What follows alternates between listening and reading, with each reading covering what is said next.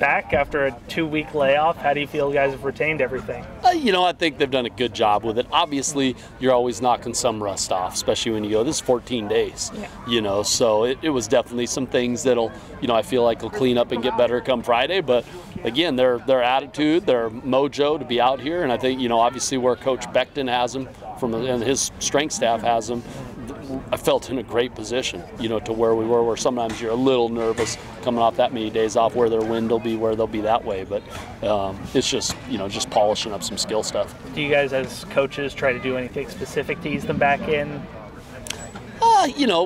Part of it is wait until Wednesday instead of practicing Monday, right out of the bat, so they're able to get some work in the weight room and get some conditioning stuff the first 2 days, back here without even getting on the football field for practice 3. So that's part of it in terms of that. And yeah, you structure your practice accordingly, but they're in such a good position, like I said, and I think a lot of them, did some things, and you can see it over spring break, or kept themselves at least close, in that way. And like I said, they got some work Monday and Tuesday in the weight room, and just with that regard, so it helped to transition into a Wednesday practice where we didn't have to do much adjusting in that way. One guy I wanted to ask about who caught my eye the first Monday practice was Matt Laris. He looks like a tight end now. He came in as a wide receiver. How has he been?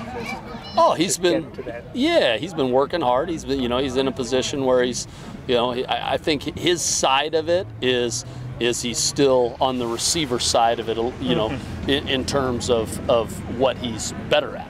And there's no question about that, and that's what he was brought in here, and just a weight-wise. So he's just got to keep progressing into where he is from a run game standpoint and what he can do from that standpoint. But yeah, he's done a few really good things from a catching the football and getting from a routes standpoint. But it's still some growth progress to where he'll need to be in terms of when you're talking about in the run game. Kind of an oddball one, but we saw Saffel catching a punt there at the end, and it looked like he kind of knew what he was doing a little bit. But to what he does on the line, talk about what kind of those skills, some of that athleticism kind of translates to that position. Yeah, you're exactly right. It doesn't surprise me. I mean, when they called Saffel, that was, of all the, not that we don't have, a lot of our alignment, I feel confident in catching, but he's one of those guys that definitely, shows some athleticism in a lot of what he does, whether it's on some poles or downfield on a screen. So he brings a lot of that, and he brings a great energy and we talked about that last year when he was playing as a true freshman. So just his moxie, his energy, his athleticism, and just intelligence as a football player, it all shows up. So lucky to have him, and we were lucky to have him catch that punt, so we didn't have to run that half gasser. That was good stuff, Saf. We saw him get on the field right away last year. What's the next step, the next level for him this year?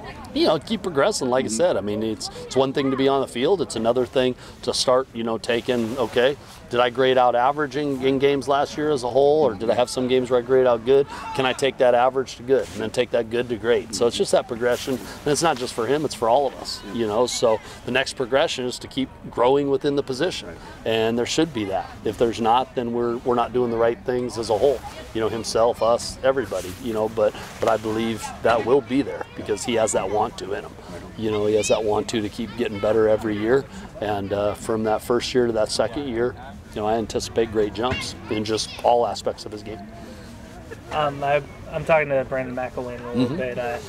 What kind of jumps have you seen him make just from an understanding of the playbook and maybe from a leadership standpoint as well? Yeah, definitely an understanding of the playbook. There's no doubt about it. I mean, just you see a difference, and in fairness to him, even with that being said, he was scout team most of last year. So in fairness to him, it wasn't as if he had the whole fall to continue to run our stuff. He was running the opposing team stuff every week. So, but you're definitely seeing a jump from where it was when he was running back in fall camp, and even the limited stuff we would do at the end of Monday practices with some of the scout team guys. From a leadership standpoint, I've seen it in him as some natural leadership skills. There's no doubt about it, But I think for him, he's right now, working on understanding everything and getting that level. But there's no doubt about it. He has some natural charisma and some natural leadership skills to him. But in these settings to this point, they'll show up more as time goes on, in my opinion. Seems like whenever we talk to one of his teammates about Brandon, they always mention that he played as a true freshman in the SEC. What kind of credence or respect does that come with having done that played at that level? Oh, I think there's definitely something to that, and you respect that and you appreciate that because that's not easy to do.